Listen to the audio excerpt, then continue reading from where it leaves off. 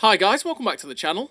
Today I've got two replays for you in the Cold War Era 3 Western Alliance Premium Light Tank. That was a mouthful. The Alvis Stormer 30. Now we've got two very nice games in this tank for you, and yeah, the Alvis Stormer is a damn fun light tank to play at Era 3 because it's quick. It's got this autocannon which can be useful in certain situations. You have a double shot or ATGM launcher, which is very, very nice, and it's just a lot of fun to play because you've got really good ATGMs with 800 pen and 1300 damage. I mean, if you use the premium ones, they've got 1000 pen, but you may as well stick with the standard 800 because 800 is enough for most tanks you're going to face, and you'll make a lot of credits doing it. And then, like I say, you've got the main cannon, which has 223 pen, which is enough to go through a lot of the sides and rears of a fair few of the tanks you're going to face in Era 3. And then, add to that, you've got the meme that this tank travels backwards very, very quickly, pretty much nearly as fast as it goes forwards, which is hilarious and can be a proper good meme to have in this tank. It's just one of those tanks that is a good, fun, run-around tank in Era 3 to use. And it counters the Weasel quite effectively too, if you don't drive like a clown, like me. Yeah, it can counter the Weasel pretty damn well as well, because you can go just as fast as a Weasel, and you can do it forwards or backwards, and then you can machine gun them, and then also you've got just as effective an ATGM too. And you've got a turret, so if you manage to get full on chasing a Weasel, get up behind it, you can chase it down and just absolutely smother it with machine gun bullets and fire the rockets at them too, and it can be a damn good time. And yeah, I really enjoy the Alvis Stormer. It's one of those that I take out for a good fun run around every now and then, because you can just take your brain out and just sprint around like a lunatic, and you can have a damn good time. And yeah, in terms of a crew on the Alvis Stormer, I do run, it's a pretty typical Cold War light tank crew. Born Leader, Sixth Sense, Situational Awareness, Mark Target, Camouflage Expertise, Steady Aim, Run and Gun, Clutch Braking, Rapid Aim. Rapid Aim to make the reload 10% better, because that's what I just really want to do with this tank if I can. The Steady Aim and Run and Gun to make the gun 10% more accurate in general, which is always something you want to do. And then better on the move accuracy as well, because a lot of the time you are going to be on the move. Mark Targets to just keep tanks lit up for longer in for longer in Cold War, because things aren't lit up for very long if you do spot them. So as a light tank, I want to keep them just spotted a little bit longer. I think it's 3 seconds with Mark Target, which is kind of handy. And yeah, the camo perk, because, well, we want to be able to knock our camo down a little bit, because it means that there's a little bit, you get a little bit longer to move before they realise that you're coming in for them, essentially. And then in terms of equipment, I run the advanced loader, the traction system, and the camo net. Again, camo net to knock down the camo of the tank, to be able to, yeah, just sneak up on tanks easier, even easier than normal in the Stormer 30. It means that you can get those assassination ATGMs in pretty easily, and you will take less hits in return. And the traction system to get up our top speed even faster, so we can go at 88 kilometers an hour. Also make our track traverse quicker, so that we can dodge, duck, dip, dive, and dodge. And the advanced loader, again, to make the DPM 10% better. Just make the reload 10% better, which is always a handy thing to do. So, in this first game, we have managed nearly 5,000 damage already. We've got 2 kills, and we've been running around like a lunatic. We've got 1 ATGM left, which we launched towards the Leopard 2, and it goes straight into his side. With the ATGMs on this tank, they have a shell velocity of 329 meters a second, which is actually a pretty quick ATGM, because a lot of the ATGMs don't go really much faster than that. I think that's near enough the fastest ATGM that's in the game. So that means that you don't have to worry about them being exceptionally slow. A lot of the time, once you're fired, it's going to go in. My driving is great, by the way. And yeah, you'll be able to deal some significant damage with these ATGMs. You've got to be careful, though, when you are firing them, because they come out the left-hand side of the turret and the right-hand side of the turret out of the ATGM launcher tubes. So be very, very careful that sometimes the ATGMs will fly out the right-hand side of the tank, and sometimes they'll fly out the left-hand side of the tank, just because of where the tubes are. And you've got to be very, very careful of it. So yeah, this first game was back from around about when in fact, I think it was when the Alvis Stormer came out, because this was on the official Wargaming stream. I was playing with Teak and Dave, and there's quite a few Stormers in this game. I think there's like 6 or 7 of them. That's because the tank had just come out, and naturally everyone was playing the Stormers to try and come and get us. And we're at 8.3k damage, and we've done pretty well for ourselves so far to survive the full send of quite a few of them. Now we're just thinking, right, okay, what do I want to get out of this game? Well, I want to get rid of this Malo, because the Malo is too dangerous to keep alive. So we go for the ATGM straight into his side, we pop smoke, and then we drive into a rock, because my driving is glorious.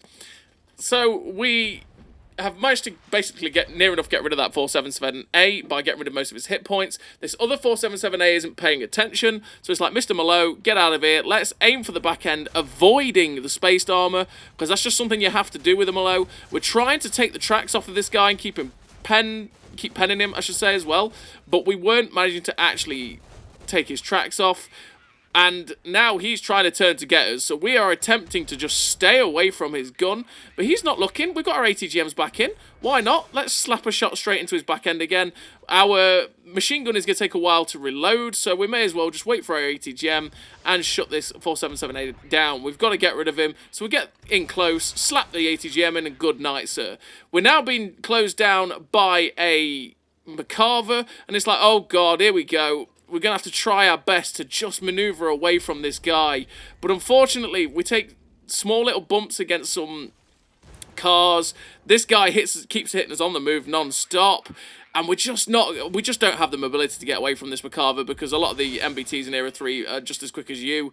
And we get an ATGM into the side of the McCarver, and unfortunately, he shoots us through the destructible cover, which should have taken the shot, but he ends up shutting us down, and we finished with the defeat, sadly. Finished the game with 14,500 damage, 1,294 assistance, the Ace Tanker, the High Caliber, the Confederate, the Fire and Forget medal, 943 base XP on a loss. Sadly, that was a loss, but it is what it is. We just couldn't get away from the McCarver, and that's the problem with a lot of the light tanks in Era 3, right? And in Cold War in general, well, yeah, in Era 3, really, is the fact that the MBTs, if they're spec'd out correctly, can keep up with you very, very easily. Obviously, they don't get stopped by cars. Like, we hit a car and just bumped up, which meant we lost all of our momentum, and they're so accurate on the move that they will hit you every time, especially since the Alvis Stormer is a fairly large light tank as well. But we're on to the second replay, and the second replay is on Westfield, and on Westfield, what I'm going to do is, because I'm not a big fan of the JK on Westfield in Era 3, I tend to find that it's a bit too open and you tend to get YOLO quite easily on it. What I'm going to do is charge up to the northern end of the map, and it tends to be, this is where our spawn tends to go, so this is where I'm most comfortable going. And if I can, hopefully I'll be able to catch anyone out that's crossing up their AB line and slam some ATGMs in. If not, then I can try and push my way to A4 and try and shoot the people that might be camping towards the bridge, because they tend to do that. So we've got our ATGMs in, we get up on top of the ridgeline, it's like, hello Mr. 292, he snaps the shot into us, but we got a big shell into him with the ATGM, knocking 1,300 hit points off of the 292. We're now just waiting for the next ATGM to come in, and I'm thinking, right, do I go for that guy? No, you know what, we're going to launch an ATGM over the ridgeline, slam it straight into the T-70BU, and oh, good night, sweet prince, good night! That's a full health ammo rack on that T-72BU. Oh, yes! Oh, that's the filthy ATGM right there. We'll take that. Up to 5.2k damage with only 2 ATGMs fired. The 292 is now charging after our friends because he's going full YOLO, which is, well, it's just Era 3 in general, if we're honest. It's a pretty awful era. And we managed to get the ATGM into the back end of the 292, popped smoke, and got ourselves safe again, because a lot of their team are on that 0k line, which means that they can shoot straight across this area, and we don't want to take any free hits. I've not paid attention right now to the map. I'm looking in the distance to see if I can see anyone. I fire the ATGM, I'm like, why did I get spotted there? That's really odd that I've been spotted. So we're just moving backwards and forwards while guiding the ATGM into that 292. Oh, it sets him on fire as well, and I go, oh, there's a weasel. I was like, why did I get spotted? That's weird. I don't know why I got spotted there. And it's like, oh, there's a weasel. I just didn't pay attention to the map whatsoever. So we managed to shut down the weasel, or help shut down the weasel anyway. They've still got 12 tanks left and we're at 8.7k damage. We're having a damn nice game so far.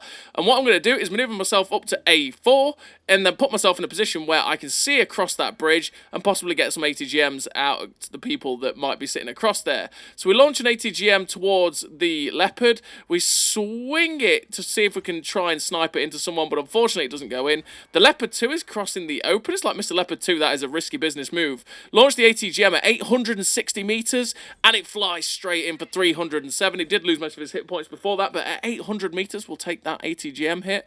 We're just keeping our eye, using obviously the fact that we've got true vision, we're keeping our eye on the cross to see if there's anyone else out there so that we're not going to get spotted or shot at by anyone up on across the opposite side of the bridge, which there isn't, so we're going to use our mobility at 88 kilometers an hour to sprint across and see if we can get into position to either shoot the heavy tanks that are at H3, or the MBTs really, not really heavy tanks, at H3 to get into them, but that is a beautiful ATGM. That right there is something that you want to try and master doing, is we fired before we came over the ridgeline, which meant that we didn't get spotted by this T-72BU. We swung it straight into his back end, and then we get the second one in to finish him off, which means he has no idea what hit him, because we slapped him with that big ATGM. Because, like I say, we fired it way before we came over the ridgeline. That meant that he couldn't see any part of our tank, which meant that he didn't actually spot us, and the BU got shut down. We get a nice ATGM into the M8 AGS on the move. We see the MBT-70. It's like, okay, let's see if we can get some shots into him, but he gets away from our gun. We switch back to the ATGMs because we see some of the tanks starting to come round. Get another shot into the M8 AGS. Switch back to the main cannon because we don't need... well, because we can try and shut him down with the main cannon, and we're just reloading now our secondary gun tubes. But we're at the side of these guys. We double check what our reload is on the main ATGMs. We're a second off. It's like, hello, Mr. AMX-40. Slap the ATGM straight into his side, sets him on fire, and then we just start machine gunning it, because an AMX-40, has no armor whatsoever, and we can just absolutely farm up his side, and he ends up getting shut down, and that leaves us with an absolutely fantastic game damage-wise. Finished with the epic victory, 3 kills, 17,144 damage. The ace tanker, the long-range blast for getting a kill over 600 meters with an ATGM, the 1727 base XP, a really great game there for the Alvis Stormer 30. It's honestly a very, very fun light tank in Era 3. It will make you a good amount of credits, you can do a lot of damage, and you can go hunting those pesky weasels and be pest control, which is glorious. And yeah, I've very much enjoyed the Alvis Stormer myself. So as always, everybody, thank you very much for watching. I'll see you next time.